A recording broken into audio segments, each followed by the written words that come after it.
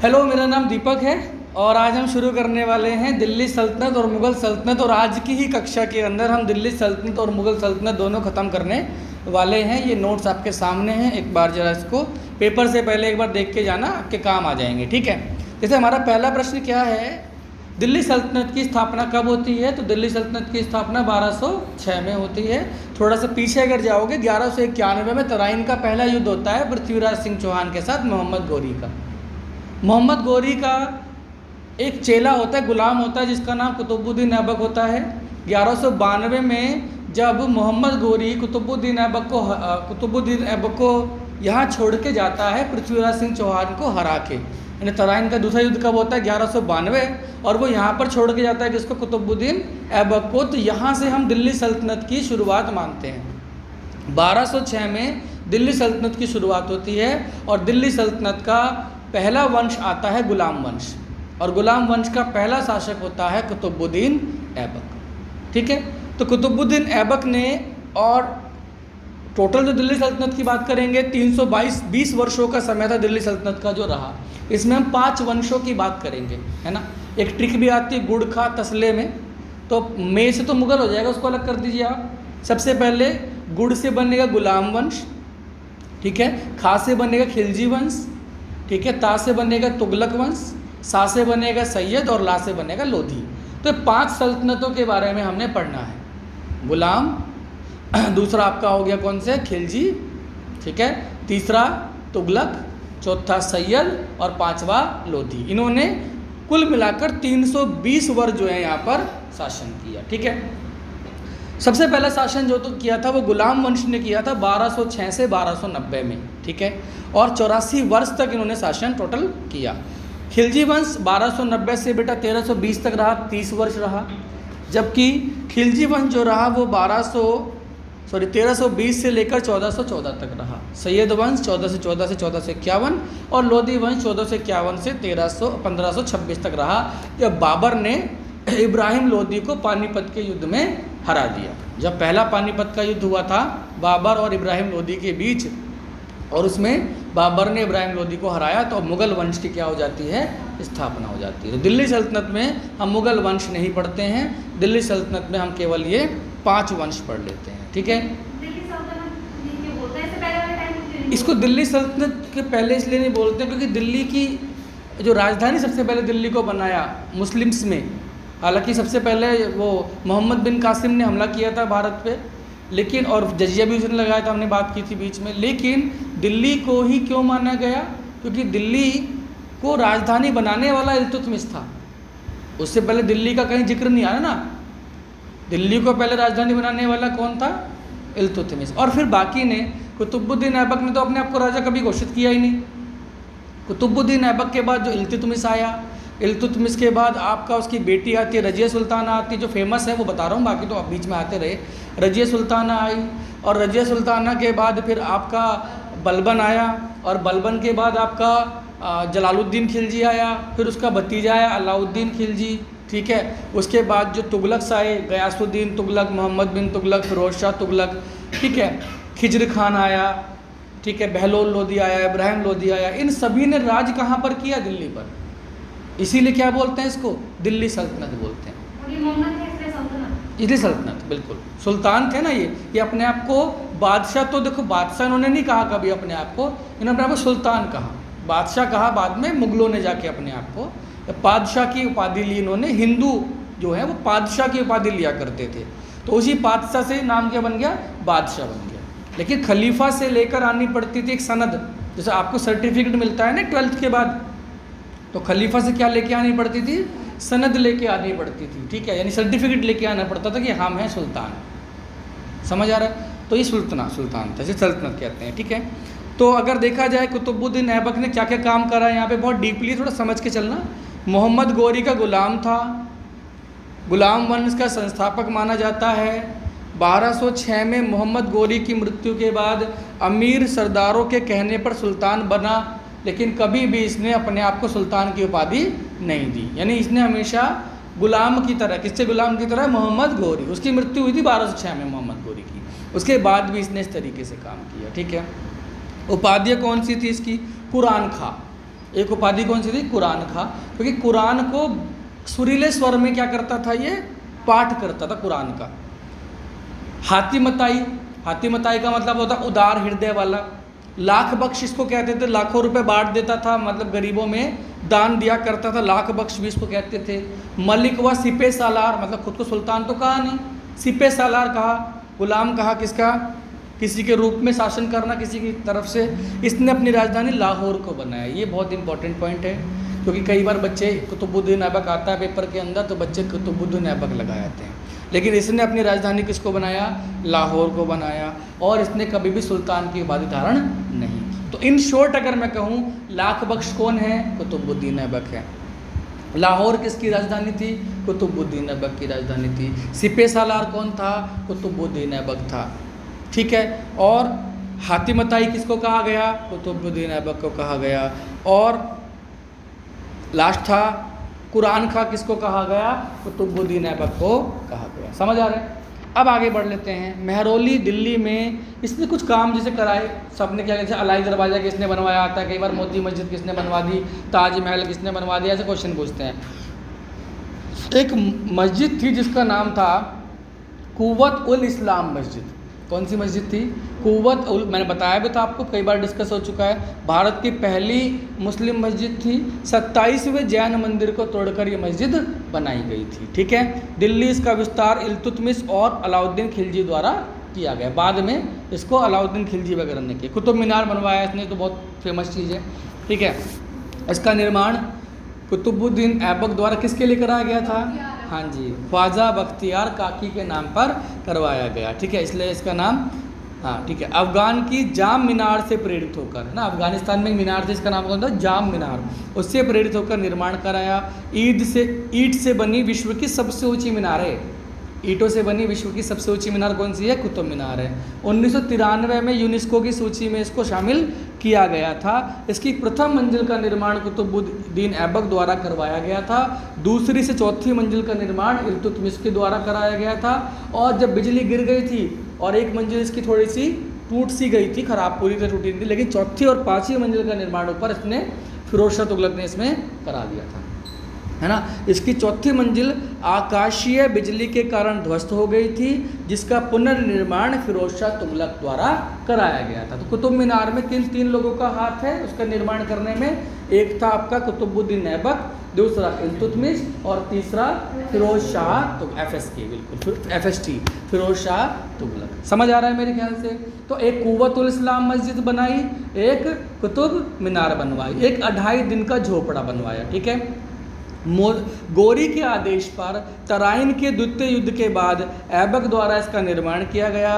पहले यहाँ संस्कृत महाविद्यालय हुआ करता था, सरस्वती कंठाभरण। ठीक है।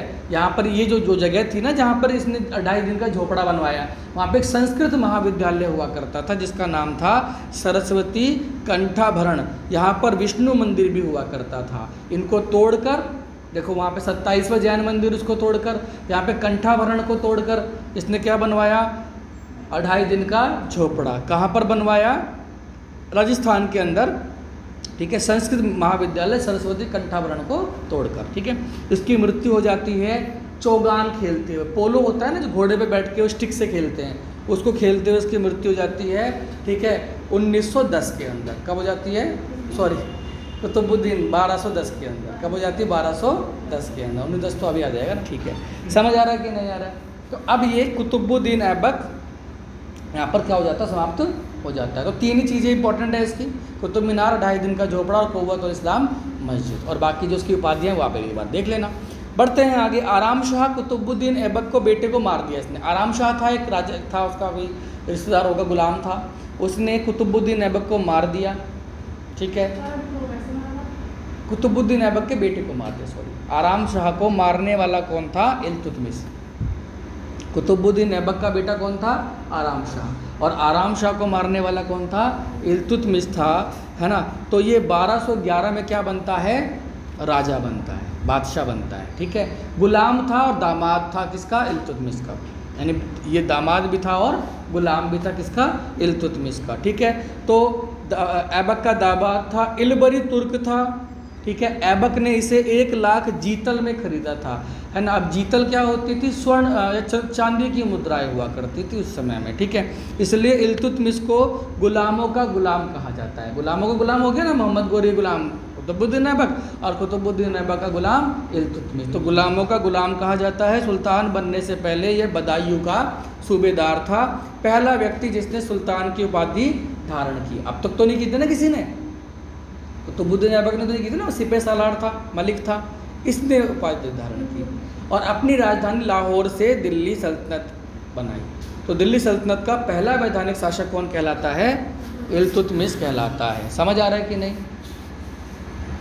चौगान जिसको पोलो कहते हैं ना, इसको बोलते तुर्कियों ने शुरू किया था। देखो यहाँ से क्वेश्चन बन सकता है, जैसे चौगान या पोलो, चौगान नहीं लिखेगा, क्या लिख देगा, पोलो लिख देगा। बताओ पोलो विश्व को किसकी देन है, तो आंसर आएगा तुर्कियों की। नासिर आमीन उल मोमिनिन की उपाधि दी, तुकनी ए चहलगामी गुलाम चालीसा, ये इंपॉर्टेंट है, चहलगामी गुलाम चालीसा, जो गुलाम चालीसा फिर लगातार इनके जी का जंजाल बनता है, यानी 40 सरदारों का समूह जिसने, हाँ चालीसा दल, बिल्कुल। तो 40 सरदारों का जो समूह बनाया था वो इल्तुतमिश ने बनाया था। बाद में रजिया सुल्ताना जो उसकी बेटी है उसको भी कौन मारेगा, यही 40 दल मारेगा। समझ आ रहा है कि नहीं, ठीक है। बाद में इसकी बेटी को भी कौन मारेगा, यही 40 दल की वजह से इसकी बेटी भी डाई होगी या मरेगी, ठीक है। 40 दल नामक इतिहासकार के नाम पर इसका नाम दिया गया। 40 सरदारों का समूह बनाया ताकि शासन को सुव्यवस्थित रूप से चलाया जा सके, ठीक है। इसके 2 विरोधी थे, एक तो याल्दोज था, एक कुबाचा था। अभी देखो नाम आपको अजीब लगेंगे, रिपीट करोगे तो याद हो जाएंगे, ठीक है। एक कौन था, याल्दोज, और एक था कुबाचा। ये 2 इसके क्या थे, विरोधी थे। गजनी का सूबेदार, ठीक है, नसीरुद्दीन, और कुबाचा था सिंध और मुल्तान। तो इसने क्या किया, दोनों को मारा पहले, ठीक है। तराइन का तीसरा युद्ध होता है, आपने तराइन के 2 युद्ध पढ़े हैं, 1191 और 1192। अब आप तराइन का तीसरा युद्ध समझ लीजिए, 1215 में हुआ था। तराइन का तीसरा युद्ध कब हुआ था, 1215 में हुआ था, याल्दोज और इल्तुतमिश के बीच में हुआ था। तो देखो कई बार क्वेश्चन वहाँ से पूछता है जहाँ से आपको अंदाज़ा भी नहीं होगा, है ना। तो आपसे पानीपत का तीसरा युद्ध बहुत पूछ लेता है ना, और वहाँ पे अंग्रेज डाल देता है, मराठे वर्सेस अंग्रेज, जबकि आंसर इब्राहिम लोधी होता है, नहीं वो मराठा और अहमद शाह अब्दाली होता है। इल्तुतमिश ने बगदाद के खलीफा से, मैंने क्या कहा था, ये खलीफाओं से सनद प्राप्त करने जाते थे। तो याल्दोज को 1215 में किस में हराया, इसने युद्ध में हराया, और जाकर इल्तुतमिश ने बगदाद के खलीफा सनद प्राप्त करके सुल्तान की उपाधि धारण करके अपने नाम के क्या चलवा दिए भैया, सिक्के चलवा दिए इसने, ठीक है। बलबन भी 40 दल का क्या था, सदस्य था, ठीक है। ख्वारिज की सहायता से याल्दोज को मारा और ख्वारिज शाह को गजनी का सुल्तान बनाया। मतलब ये ज़्यादा इंपॉर्टेंट नहीं है, इतना डीपली नहीं पूछेगा आपके लेवल पे जहाँ तक है, ठीक है, बाकी देख लेना, ठीक है। तो इस तरीके से 1221 में शासक तैमुजिन ने गजनी पर आक्रमण कर दिया। अभी तैमुजिन कौन है, चंगेज़ खान है। तैमुजिन किसका नाम है भाई साहब, मैं आपको बता चुका हूँ सभी को, थर्राते थे लोग इनसे, बिल्ली और बिल्ली का बच्चा भी गायब हो जाते थे वहाँ से, जहाँ पे क्या कौन पहुँच जाते थे, चंगेज़ खान। क्यों, क्योंकि ये जिंदा किसी को नहीं छोड़ते थे, ठीक है। सीधा मारना है और लूटना है, ये पद्धति हरकारा पद्धति से संबंधित थी। 2 वर्ड ध्यान रखना, हरकारा पद्धति किसकी थी, मंगोलों की, और कुबकुर कर 10, मतलब हरकारा पद्धति में घोड़े इतने शक्तिशाली होते थे, इनके घोड़ों बहुत महंगे घोड़े रखते थे अपने पास से, और जितने लूट का सामान लाते थे ना, घोड़ों को अच्छा चारा खिलाते थे, 10% निकाल के सारा का सारा चारा वगैरह अच्छा खाना पीना किसको खिलाते थे, घोड़ों को खिलाते, कुबकुर उसको कहते हैं, ठीक है।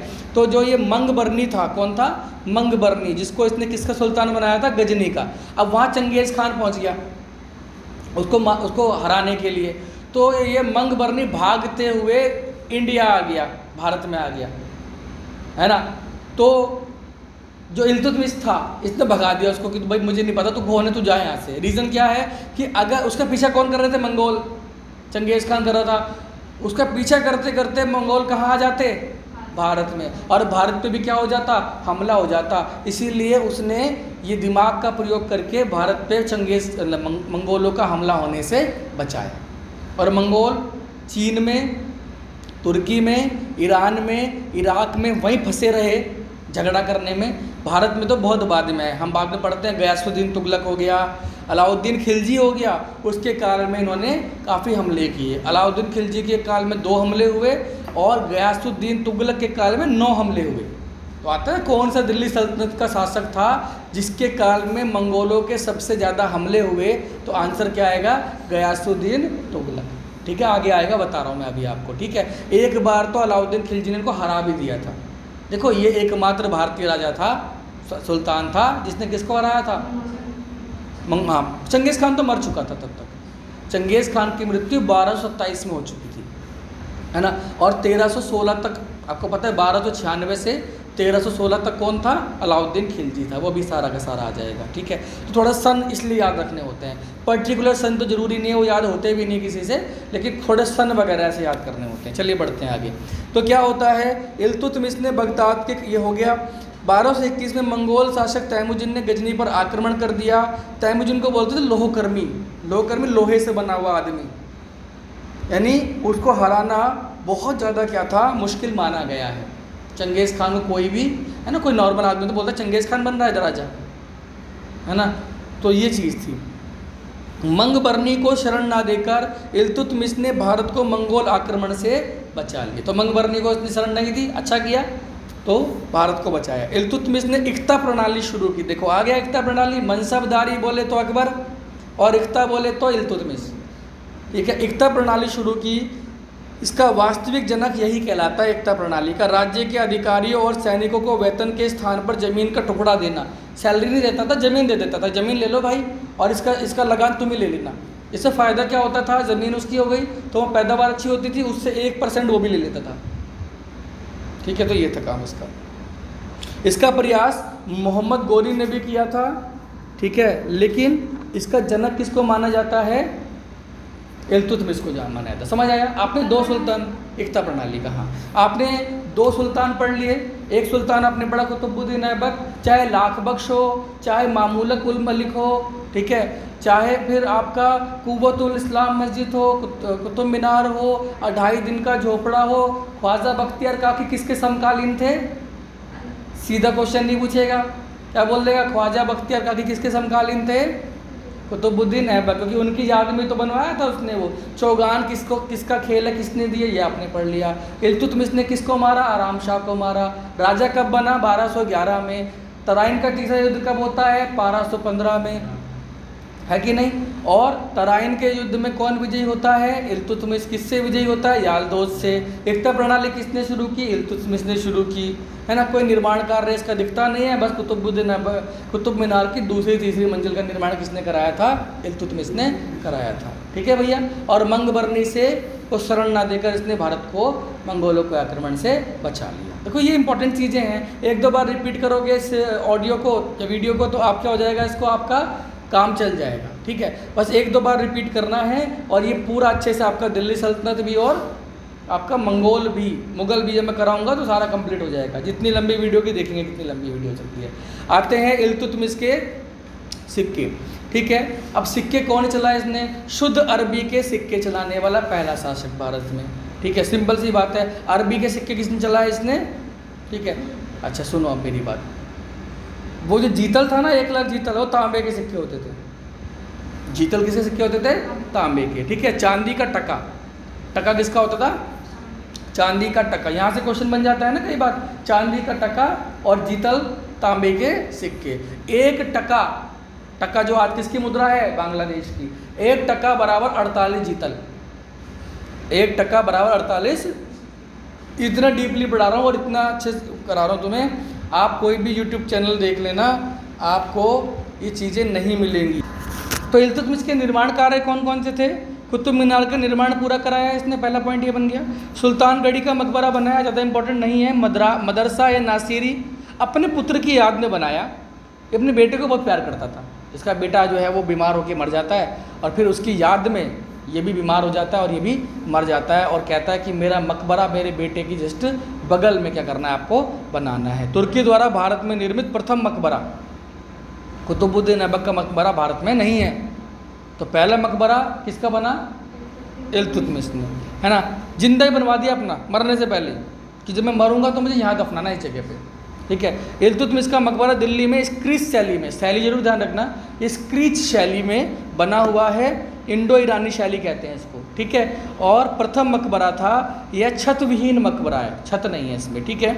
बामियान उमियान पर ज़्यादा बीमार हो गया था और 1236 में क्या हो जाती है, इसकी मृत्यु हो जाती है, ठीक है। अपनी बेटी से भी बहुत प्यार करता था जिसका नाम रजिया सुल्ताना था।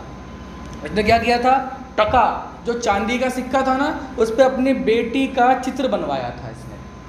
तो अपनी बेटी के चित्र बनवाने वाला कौन था, इल्तुतमिश था। शाह तुर्कान रानी इल्तुतमिश के हाथों की कठपुतली रकनुद्दीन फिरोज शाह 6 माह 18 दिन शासन किया इसने और फिर इसको हटा दिया लोगों ने, ठीक है। और किसको ले आए, रजिया सुल्ताना को ले आए, ठीक है। अब रजिया सुल्ताना कब से कब तक रहेगी, 36 से लेके 40 तक रहेगी, समझ आ रहा है। तो एक 1206 से 10 तक ऐसे रिपीट करेंगे, 11 से लेके 36 तक इल्तुतमिश और फिर 36 से 40 तक रजिया सुल्ताना। इसके निर्माण कार्य इतने पॉपुलर नहीं हुए, बस ये ध्यान रखना कि स्क्रीच शैली में बना हुआ, इंडो ईरानी शैली में बना हुआ एकमात्र मकबरा पहला वाला वो किसने बनवाया था, जिसके ऊपर क्या नहीं है, छत नहीं है, ठीक है। इत्र का आविष्कार में इसका नाम कैसे आया मुझे नहीं पता, लेकिन इत्र का आविष्कार करने वाली जो महिला थी वो नूर जहाँ की माता थी, ठीक है। तो उसका नाम मुझे ध्यान नहीं आ रहा है, लेकिन शाहजहाँ नूर जहाँ की मदर जो थी उसने किसकी शुरुआत की थी, इत्र की, ठीक है भैया। अब जो 40 दल का गठन किसने किया था, इल्तुतमिश ने किया था। 40 दल का गठन किसने किया था, इल्तुतमिश ने किया था। एक इतिहासकार के नाम पे 40 सरदारों का समूह बनाया था। अब क्या हुआ, 40 सरदारों ने मिलकर रुकनुद्दीन को, किसको, रुकनुद्दीन को शासक बना दिया।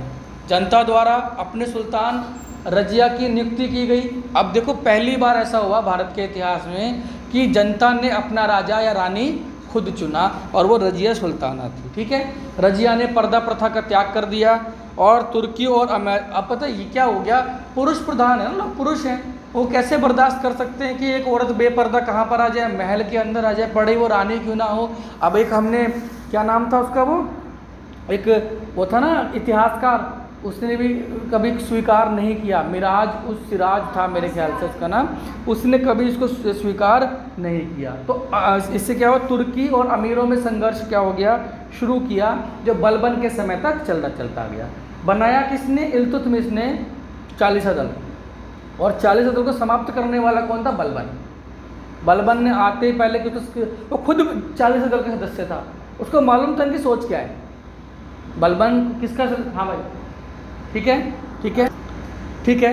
इसे तो रजिया सुल्तानों को इल्तुतमिश ने उत्तराधिकारी घोषित किया था पहले, यानी इसने कहा था मेरे बाद कौन बनेगा मेरा राजा, मेरी बेटी बनेगी, मेरी बेटी राजा मतलब मेरे बेटे जैसी है, ऐसे बोला।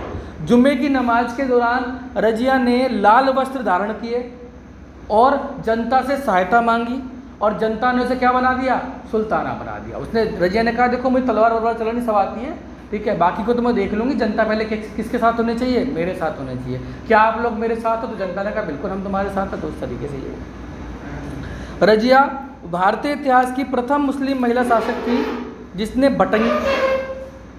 बठिंडा के गवर्नर अल्तुनिया से विवाह किया। रजिया व अल्तुनिया को कैथल, अब देखो मैंने बताया था कि इसकी प्रेम कहानी भी थी एक, है ना, एक अफ्रीकन था, हब्सी बोलते थे उनको, उससे इसकी प्रेम था इसका, लेकिन उसका प्रेम परवान नहीं चढ़ पाया।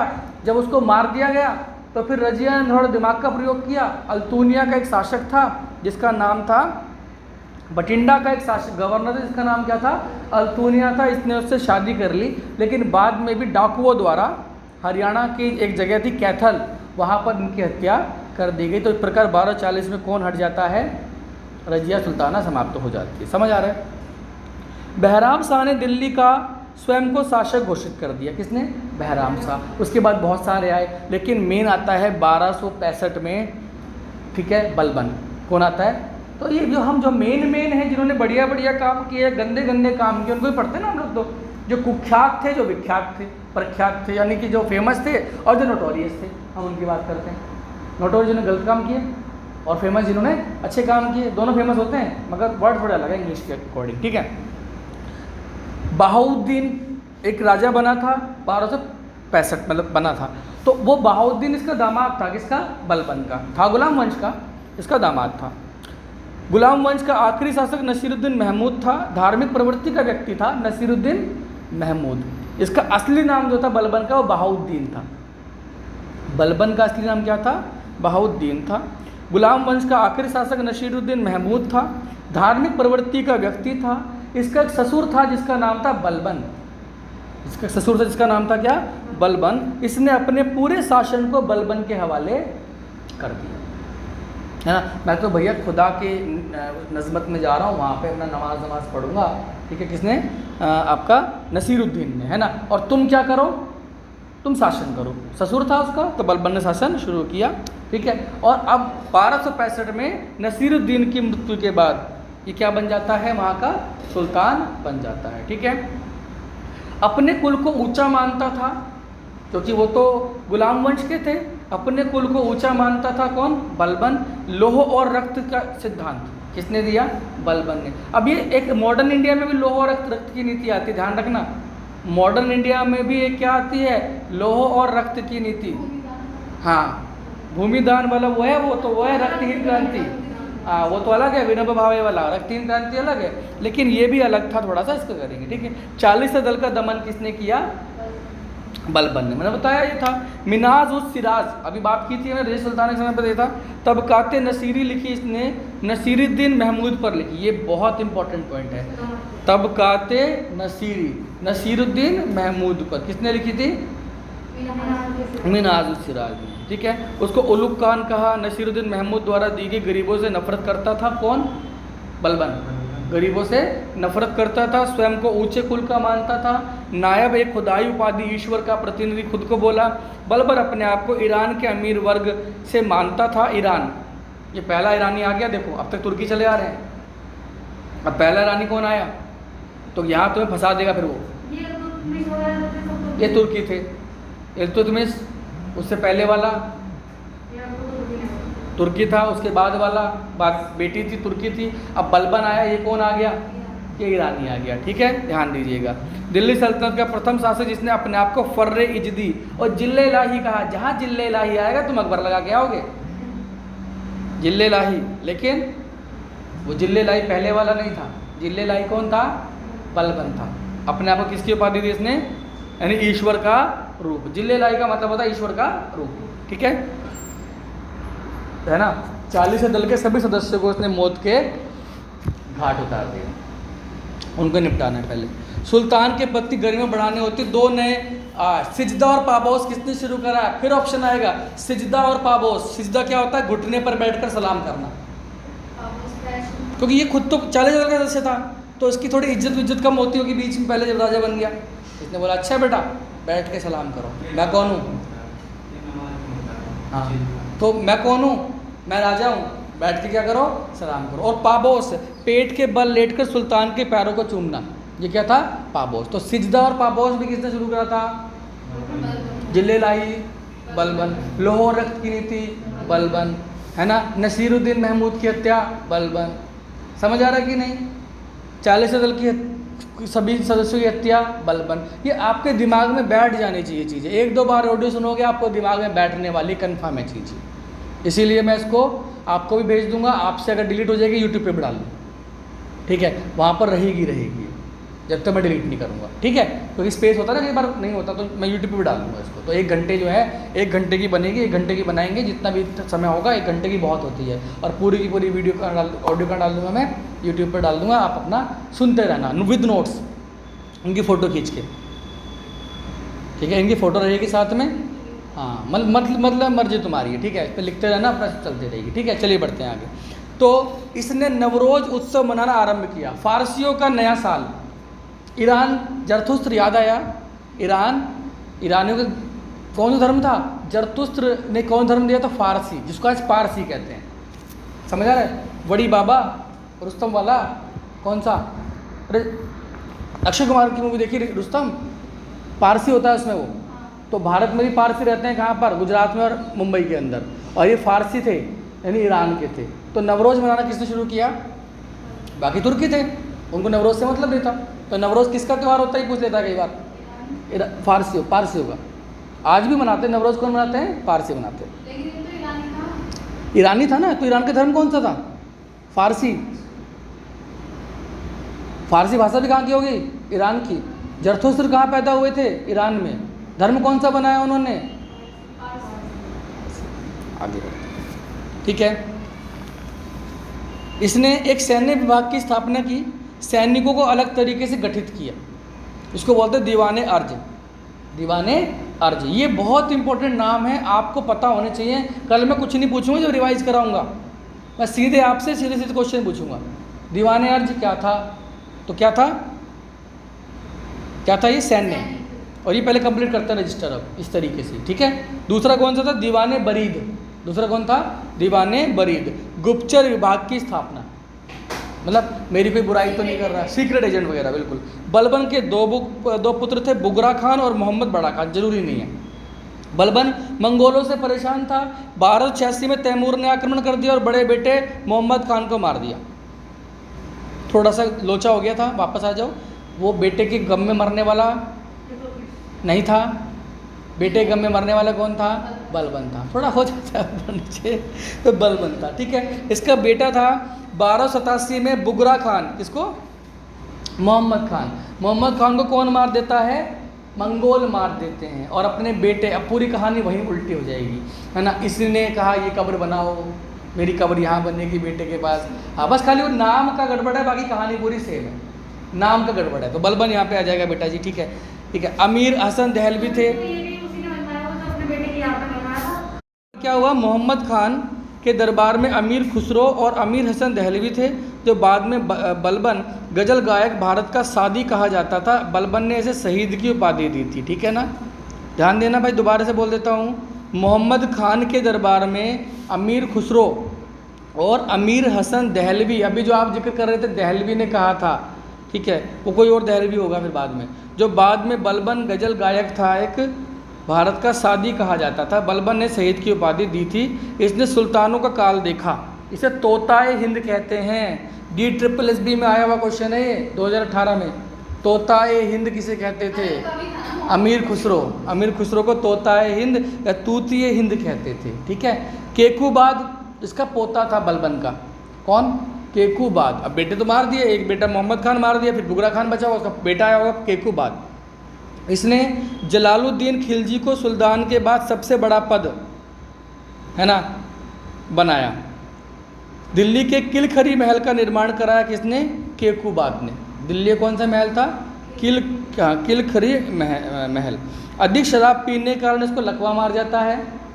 नायाब मुबालिक के पद पर इसे जलालुद्दीन फिरोज खिलजी बनाया, जिसने केकूबाद और उसके पुत्र क्यूमर्स की हत्या कर खिलजी वंश की नींव डाल दी। शराब पीता रहता था ये केकूबाद, और उससे इसको क्या मार देता है? लकवा मार देता है। और इसका एक होता है सेनापति, जिसका नाम होता है जलालुद्दीन खिलजी। लकवा मारने के बाद इसका एक अल्पवयस्क पुत्र होता है जिसका नाम क्यूमर्स होता है, उसको भी, और केकूबाद को भी कौन मार देता है? जलालुद्दीन खिलजी। अब केकूबाद बलबन का पोता, केकूबाद बुगरा खान का बेटा और बलबन का पोता, ठीक है। और केकूबाद का बेटा क्यूमर्स, इन दोनों को मार देता है कौन? जलालुद्दीन खिलजी। और इस तरीके से किसकी स्थापना होती है? 1290 में खिलजी वंश की स्थापना हो जाती है, ठीक है भैया। आगे बढ़ लेते हैं। अब कौन आ जाता है? खिलजी वंश। क्योंकि खिलजी आ गया, तुगलक से बाद आएगा, बड़ा है तुगलक वंश। जब तक भी 1 घंटा ही इसको स्टडी करेंगे हम, 1 घंटा केवल, ठीक है। खिलजी वंश कब से कब तक रहा? 1290 से 1320, ठीक है। दिल्ली सल्तनत का सबसे बुजुर्ग शासक कौन बनता है भाई? जलालुद्दीन खिलजी, सबसे बुजुर्ग। अब तक का सबसे अधिक, हाँ, सबसे ज़्यादा बूढ़ा जलालुद्दीन खिलजी। 70 वर्ष की उम्र में राजा बनता है, ठीक है। हाँ, जब कब्र में पैर लटके हुए तब क्या बनता है ये? राजा, ठीक है। और अपने भतीजा जो होता है उसका दामाद भी होता है, कौन? अलाउद्दीन खिलजी। उसको भेजता है, इधर उधर भेजता है। दक्षिण अभियान पे भेजा, देवगिरी, फेमस अभियान है, आपने पढ़े हैं NCERT बुक में 7th क्लास में मेरे ख्याल से। देवगिरी अभियान है। और राजा था आपका रामेंद्र देव, है ना, ठीक है। रुद्रदेव था, वैसे तो राजा रुद्रदेव था। और ये जो पहली बार इनके हाथ लगता है कोहिनूर, यहाँ से बहुत सारा सोना चांदी इसको देता है ये अलाउद्दीन खिलजी को। जलालुद्दीन फिरोज खिलजी दक्षिण पर आक्रमण करने वाला पहला शासक था, ठीक है। बलबन के राजत्व सिद्धांत को इसने बंद कर दिया पाबोस वो सब बंद कर दिया इसने। जो किसने चालू किया था? बलबन ने चालू किया था। जन सामान्य लोगों की सहभागिता को अधिक बढ़ावा दिया। सिद्धि मोला को हाथियों के पैरों के इसका एक वो था, जैसे याल्दो जो कुबाचा इल्तुतमिश के थे ना, सिद्धि मोला इसका कौन था? विरोधी था। तो उसको हाथियों के पैर के नीचे क्या कर दिया इसने। और जो केकुबाद ने किलखुरी का महल बनवाया था, वहाँ पे इसने अपना राज्याभिषेक कराया। किसने? जलालुद्दीन खिलजी ने, है ना। इसलिए इसने कोई किसी से खलीफा को माना ही नहीं। उलेमा खलीफा वर्ग के अस्तित्व को अस्वीकार कर दिया कि कोई खलीफा नहीं है, हम सनद लेके नहीं आएंगे। तो सनद लेके नहीं आया ये, ठीक है। इल्तुतमिश गया था लेने के लिए, उसके बच्चों ने ली थी बट इसने नहीं ली। इसलिए जलालुद्दीन ने उसे मणिकपुर, अलाउद्दीन खिलजी ने मलिक छज्जू को पराजित किया। और बाद में, ये जरूरी नहीं है, झाइन का युद्ध इंपॉर्टेंट है, झाइन का युद्ध, ठीक है। झाइन का युद्ध 1291 में होता है, 1291 में किस के बीच में होता है? जलालुद्दीन खिलजी और हमीर देव के बीच में है, ठीक है। रणथंबोर का चौहान शासक था वहाँ पे, ठीक है ना। इसने बहुत सारे हिंदू मंदिर तोड़े, गुस्से में आ गया क्योंकि बाहर बैठा रहा, वो किला नहीं टूटा इससे, गुस्से में आ गया। गुस्से में आते हुए वापस आया। जब वापस आके जितने मंदिर मिले इसको रास्ते में, अपने जितने हिंदू मंदिर मिले, उन सभी मंदिरों को तोड़ते हुए ये दिल्ली आ गया। इतना गुस्सा इसके अंदर आ गया कि 2 महीने 1 महीने बैठा रहा और उन्होंने किला ही नहीं खोला। जलालुद्दीन किला ही नहीं खोला उन्होंने, बैठे रहे अंदर, भाई तू बाहर बैठा रहे। तो रेगिस्तान है, गर्मी है और ठंड, दिन में गर्मी पड़ती, रात को ठंड पड़ती है, तो परेशान हो गया। देवगिरी आक्रमण बहुत इंपॉर्टेंट है। अलाउद्दीन खिलजी वर्सेस रामचंद्र यादव को हराया देवगिरी में 1294 में। यहाँ से अलाउद्दीन खिलजी ने खूब धन लूटा, ठीक है। उत्तर भारत का प्रथम राजवंश जिसने दक्षिण भारत पर आक्रमण, पहला राजवंश खिलजी वंश, ठीक है। अलाउद्दीन खिलजी को किसने मार दिया? जलालुद्दीन खिलजी को किसने मार दिया? उसके भतीजे और दामाद अलाउद्दीन खिलजी ने उसको मार दिया, ठीक है। वो मूवी देखी होगी आपने, पद्मावती, हाँ, उसमें वो एक सारस टाइप बड़ा सा शतुरमुर्ग लेके आता है वो उसके साथ ना, उसको थोड़ा मूवीज़ के अंदर थोड़ा सा ऊपर नीचे दिखाते हैं, लेकिन आप इतिहास पढ़ें, ठीक है। नहीं, वो गुलाम लेके आता है, वो कहते हैं कि ये तुम्हारे लिए कुछ भी कर सकता है, उसका जो ससुर होता है तो वो लेके आता है, वो उसी माँ को कहते हैं ये मेरे कुछ भी कर सकता है, कहते हैं हाँ तो तुम्हें मार के दिखाएं, वो मार देता है, वो उससे गले में तब पीछे से आके मार देता है। अलाउद्दीन खिलजी, वेरी गुड, अच्छी मूवी देखी आपने। अलाउद्दीन खिलजी आ जाता है, इसका नाम जरूरत नहीं है, इसका नाम था अली उश सिपी। जन्म 1266 में होता है। पिता का नाम सिहाबुद्दीन है। लालन पालन कौन करता है? जलालुद्दीन खिलजी, यानी पालता कौन है? जलालुद्दीन खिलजी, ठीक है।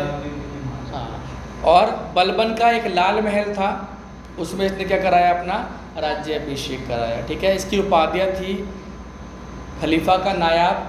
इसने धर्म और जाति को अलग अलग कर दिया। सिकंदर सानी इसको कहा जाता है, अलाउद्दीन खिलजी को कहा जाता है, क्योंकि ये भी सिकंदर की भांति विजेता बनना चाहता था, ठीक है। तो 5 लाख से अधिक सैनिक इसके पास थे। संपूर्ण भारत को जीतकर नए राजधर्म का निर्माण करना चाहता था। अपने दोस्त दिल्ली के कोतवाल अलाउल उल मल्क कहने पर संपूर्ण भारत को जीतने का निर्णय, मतलब इसका दोस्त था, दिल्ली कोतवाल था, अलाउल उल मुल्क इसकी ये बात मानता था, केवल किसी की बात नहीं मानता था, केवल अपने दोस्त की बात मानता था, जिसका नाम था अलाउल उल मुल्क, ठीक है। विश्व का सुल्तान, जनता का चरवाहा और युग का विजेता, ठीक है। इसे किसे कहा जाता है? अलाउद्दीन, यानी जनता का चरवाहा। जोधपुर के संस्कृत ताम्रपत्र के अनुसार इसके शौर्य से धरती काँप उठी। इतना ज़्यादा क्या था? ये शौर्यवान था, बहुत बलवान था। जोधपुर का संस्कृत ताम्रपत्र, मतलब एक ताम्रपत्र मिला है वहाँ पर, उससे पता लगता है। 20 साल के किलो को गिना नहीं जा सकता, ठीक है। 1296 से 1308 तक मंगोलों ने 7 बार, इसके काल में कितनी बार? 7 बार। एक बार हराया था, 7 बार, फिर नहीं आए मंगोल इसके काल में। इसके काल में 7 बार? 7 बार नहीं, 2 या 3 बार, 7 बार, ठीक है। सेनापति जफर खान, उलुग खान, नुसरत खान, बहुत इसका इतिहास है। अलप खान, मलिक काफूर, जो उसका गुलाम था ना, जिसने जलालुद्दीन की हत्या की थी, जो बता रहे थे आप अभी, उसका नाम मलिक काफूर था। उसका नाम क्या था? मलिक काफूर। फेमस था ये, इसने मारा किसको? हाँ, अलाउद्दीन खिलजी के प्रमुख अभियानों में से एक अभियान था गुजरात का अभियान 1299 में, ठीक है। यह अभियान नुसरत खान और उलुग खान ने किया। यहाँ का शासक था कर्ण बघेल। शासक कौन था? कर्ण बघेल। और इसकी पत्नी थी कमला देवी और इसकी पुत्री थी देवल देवी। ठीक है, तो ये क्या करता है, कर्णदेव अपनी पुत्री को लेकर वहाँ से भाग जाता है, वाइफ को वहीं छोड़ देता है। उससे बाद में कौन शादी कर लेता है? अलाउद्दीन खिलजी। ठीक है, कमला देवी के साथ अलाउद्दीन खिलजी का विवाह हुआ और कर्ण बघेल और उसकी देवल पुत्री जो है, बघेल उसकी देवल पुत्री रामचंद्र की शरण में चले जाते। रामचंद्र वही, हाँ, जिसको पहले किसने हरा दिया था? अलाउद्दीन खिलजी ने। ठीक है, कमला देवी और कर्ण बघेल का एक पुत्र होता है खिज्र खान, सैयद वंश की शुरुआत करने वाला। कौन है? इसलिए ये कमला देवी इम्पोर्टेंट है। कमला देवी और कर्ण बघेल का पुत्र। कर्ण बघेल जो कहाँ का राजा था? गुजरात का। अब उसको ले आया, सुनो मेरी बात, उसको लेके आया उलुग खान किसके दरबार में? अलाउद्दीन खिलजी के दरबार में। ठीक है, वहाँ पे अलाउद्दीन खिलजी, पता है आपको, पद्मावती देख रखी है तो किस प्रकार का व्यक्ति था? शादी हो कर लेता है किससे? ज़बरदस्ती किससे? कर्ण देवी से। ठीक है, कमला देवी से। हाँ, कमला देवी से शादी हो गई। कमला देवी का और उसका पहले से एक पुत्र है, किसका? कर्ण सिंह बघेल का। उसका अब धर्म परिवर्तन होगा, किसका होगा? कमला देवी का। तो उसके बेटे का भी होगा। तो बेटा उसी के साथ था। बेटा उसी के साथ था, तो बेटे के साथ लगी गई थी, बेटा उसके साथ था। बेटे का नाम क्या था? खिज्र खान, जो बाद में सैयद वंश की क्या करता है? नींव रखता है। और जो बेटी थी वो कहाँ गई? बेटी तो पिताजी वो रह गए थे। हाँ, यूँ था। ठीक है, ठीक है। मलिक काफूर ये नपुंसक था एक। नुसरत खान 1000 दिनार में खरीद कर अलाउद्दीन खिलजी को सौंपा, इसलिए काफूर को 1000 दिनारी कहते हैं। सबसे ज़्यादा मतलब ताकतवर कौन था? मलिक काफूर, इसके गिरोह में। मतलब बाकी सारे सेनापति अच्छे थे, इसके हेड मान लो मलिक काफूर को। ठीक है, और प्रिय भी था। अभी तो अलाउद्दीन खिलजी चलेगा। ठीक है, अभी ये गुजरात अभियान हो गया, वहाँ से इसको कौन? हाँ, ये किन्नर था। हाँ, नपुंसक अलग होता है बेटा, किन्नर अलग होता है। ठीक है, हाँ। आगे चलता है रणथंबोर। ठीक है, रणथंबोर 1301, या किन्नर भी कह सकते हो, कह लो, कोई बात नहीं, है ना? हाँ, था नहीं। 1301 है ना? कब? 1301। ठीक है, अब बात कर लेते हैं इसकी रणथंबोर अभियान की। 1301 में राजा हमीर देव जी के साथ नुसरत खान और उलुग खान घेर डालकर बैठ जाते हैं 1 साल तक। ठीक है, रणमल और रतिपाल की सहायता से किले में प्रवेश कर जाता है। हमीर देव ने नुसरत खान को मारा और खुद को वीर गति को प्राप्त हो गया। ये कौन सा था? ये अलाउद्दीन खिलजी वाला था। पहले जलालुद्दीन खिलजी वाला आ गया था, वो तो यहाँ से चला गया था वापसी। अब अलाउद्दीन खिलजी ने कहा मैं जीत के आऊँगा, किसको? रणथंबोर को। वहाँ का राजा वही था, कौन? राजा हमीर देव। ठीक है, लेकिन वही है कि हमारे यहाँ के 2 कौन थे? वो बोलते हैं उसको देशद्रोही, जिसको कहते हैं ना, हाँ, राजद्रोही। तो उनमें से एक व्यक्ति था कौन? रणमल, और दूसरा रतिपाल। इन्होंने सुरंग होती थी, हर किसी उसका सुरंग होती थी, हाँ, खुफिया रास्ता, जहाँ से आने जाने का रास्ता होता था, है ना, ताकि वही खाने पीने का सामान है, रसद है, वो इधर उधर से लाई जा सके। ठीक है, तो शुरुआत में तो जो रजवाड़े थे इनकी आपस में बहुत ज़्यादा घोल मेल था, मेल मिलाप था, आपस में दूर बचाते थे। धीरे धीरे इनमें प्रॉब्लम्स होनी शुरू हो जाती है। तो रतिपाल और रणमल ने अलाउद्दीन खिलजी को रास्ता दिया, और इस प्रकार से यहाँ पर पहला साका होता है। साका क्या होता है? साका हो जाता है जब पुरुष ना केसरिया बाणा धारण करते हैं। केसरिया मतलब खुद को लड़ने जाते हैं। केसरिया बाणा धारण करके पगड़ी बांध के कहाँ जाते हैं? युद्ध में लड़ने के लिए जाते हैं। ठीक है, और दूसरा महिलाएं क्या ले लेती हैं? तो अब इसके बाद आता है चित्तौड़ अभियान। 1303 में शासक होता है रतन सिंह, और इसकी पत्नी का नाम होता है पद्मनी। आपने पद्मावती देख ही रखी है, कोई दिक्कत नहीं है। राघव चेतन जो एक तांत्रिक होता है, वो अलाउद्दीन खिलजी के पास पहुंचकर रानी पद्मनी के सौंदर्य का वर्णन करता है। ठीक है, ये आपने देखा भी होगा। ठीक है, और रतन सिंह मिलने के लिए जाते हैं, बुलाता है अलाउद्दीन खिलजी, धोखे से उन्हें क्या कर देता है? बंधक बना लेता है। 2 व्यक्ति होते हैं, गोरा और बादल, अपनी जान पर खेल के रतन सिंह को शिविर से मुक्त कराते हैं। रानी पद्मावती अंत में क्या करती है, 16,000 रानियों के साथ जौहर ले लेती हैं। इस प्रकार उनकी मृत्यु हो जाती है। ठीक है, चित्तौड़ के किले को तोड़कर उसका नाम खिजराबाद कर दिया जाता है, खिजर खान। अलाउद्दीन खिलजी स्वयं इस अभियान पर मलिक काफूर के साथ गया था। पहला अभियान था जिस पर कौन गया था, खुद अलाउद्दीन खिलजी। इस अभियान में अमीर खुसरो भी साथ था। ठीक है, उसने इस जौहर का वर्णन अपने ग्रंथ खजाइन उल फतूह में किया है। बाद में 16वीं सदी में मलिक मोहम्मद जायसी ने क्या लिखा था, एक ग्रंथ लिखा था पद्मावत, जिसमें पद्मावती का जिक्र मिलता है। यानी कि जो पहले उसके साथ था अलाउद्दीन खिलजी के साथ, वो अमीर खुसरो गया था लिखने के लिए, और बाद में पद्मावत वो 16वीं शताब्दी में लिखा होता, 1500 के बाद से। वारंगल अभियान, ठीक है, 1300, हाँ, ये साउथ में बेटा, काकतीय है, वो बाद में आएगी, रुद्रम्मा देवी। हाँ, जब बाद में आप पढ़ते हो कोई भी नाम आपको अजीब नहीं लगने वाला कि आपने एनसीईआरटी रीड कर लिया तो। ठीक है, हाँ, आगे बढ़ते हैं। 1303 मलिक छज्जू। 1308 में मलिक काफूर ने राजा प्रताप देव को हरा दिया और उसे अपने साथ ले आया। मलिक काफूर कोहिनूर हीरा भी लेकर आया। कहाँ से, वारंगल से, रुद्रदेव से। सोने की जंजीरों में कैद करके लाया था। 1312 में मदुरई का आक्रमण होता है, शासन स्थापित नहीं कर पाया। धन की दृष्टि से सबसे सफल आक्रमण था। ठीक है, स्थायी सेना रखी, घुड़सवार सैनिकों को, ठीक है, 234 टका और पैदल सैनिकों को, मतलब पहली बार सेना को वेतन देने वाला कौन था, ठीक है, 234 टका घुड़सवारों को और 78 टका किसको, पैदल सैनिकों को। सैनिकों का हुलिया और घोड़े दागने की प्रथा आता है पेपर में हमेशा। सैनिकों का हुलिया, ये सैनिक हमारे हैं कि किसके हैं, उनका हुलिया रखता था, उनकी ड्रेस बनाई और घोड़े दागे ताकि घोड़े अपने पर आए, समझ में आ जाए, घोड़े दागने की प्रथा इसने। ठीक है, 4,75,000 की स्थायी सेना ये रखा करता था।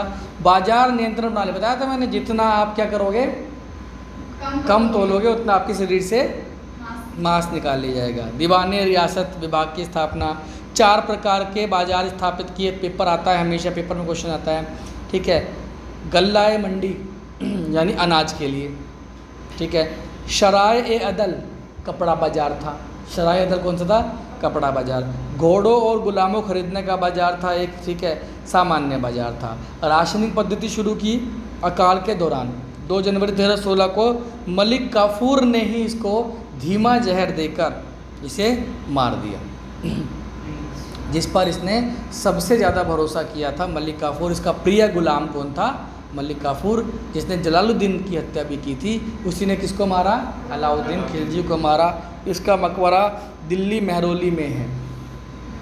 हाँ जी, अलाई दरवाज़ा महरौली में, कुतुब मीनार के अंदर। इस किसने बनवाया, अलाउद्दीन खिलजी ने। और वहीं पर इसका क्या है, कम तोलने पर चमड़ी काटना। शीरी किला, शीरी किला भी इसने, शीरी दिल्ली में शीरी।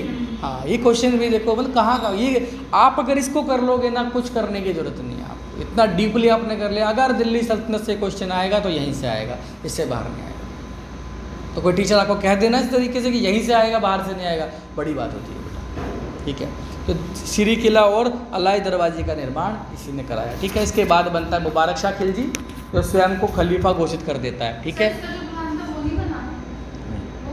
नहीं बना होगा ना, तो उसके कोई वंशज वगैरह था। हो सकता है अलाउद्दीन खिलजी बीमार वगैरह रहने शुरू कर दिया हो, या कोई प्रॉब्लम था, क्योंकि ये भी उससे उतने प्रेम करता था। ये होमोसेक्सुअल थे। ठीक है, जिसको बोलते हैं ना पुरुष और स्त्री दोनों, तो अलाउद्दीन खिलजी होमोसेक्सुअल था। तो उतना ही प्यार किससे करता था वो, मलिक काफूर से। ठीक है, जितना पद्मनी को वो पाना चाहता था। तो हो सकता है बीमार वगैरह, और मलिक काफूर ऑलरेडी किन्नर था तो वो अपने बता दिया, तो ये हो सकता है, ये रीज़न था। वो बीमार रहता हो या कोई प्रॉब्लम हो तो धीमा जहर क्यों देगा। हाँ, एक जैसे कह सकते हैं। होमोसेक्सुअल वो होता है जो मेल फीमेल दोनों से सेक्स कर सकता है, वो होमोसेक्सुअल होता है। तो अलाउद्दीन खिलजी होमोसेक्सुअल था। ठीक है, आगे बढ़ें। मुबारक शाह खिलजी स्वयं को खलीफा घोषित किया। गुजरात के एक हिंदू को इस्लाम कबूल करवाकर उसे खुसराव शाह की उपाधि दी और उसे वजीर बनाया, और उसने 1320 ईस्वी में इसकी हत्या कर दी। स्वयं को सुल्तान घोषित किया। ऐसा करने वाला प्रथम भारतीय मुसलमान जो दिल्ली सल्तनत का शासक बना। तो कोई दिक्कत नहीं है, यहाँ तक पढ़ेंगे। नेक्स्ट क्लास में तुगलक वंश की बात करेंगे, ठीक है। और तुगलक वंश के बाद हम चलेंगे किस और, सैयद वंश छोटा सा, तुगलक वंश थोड़ा बड़ा है, और सैयदों के बाद हम चलेंगे कहाँ पर, सीधे मुगल वंश की ओर। आइए ख़त्म करते हैं।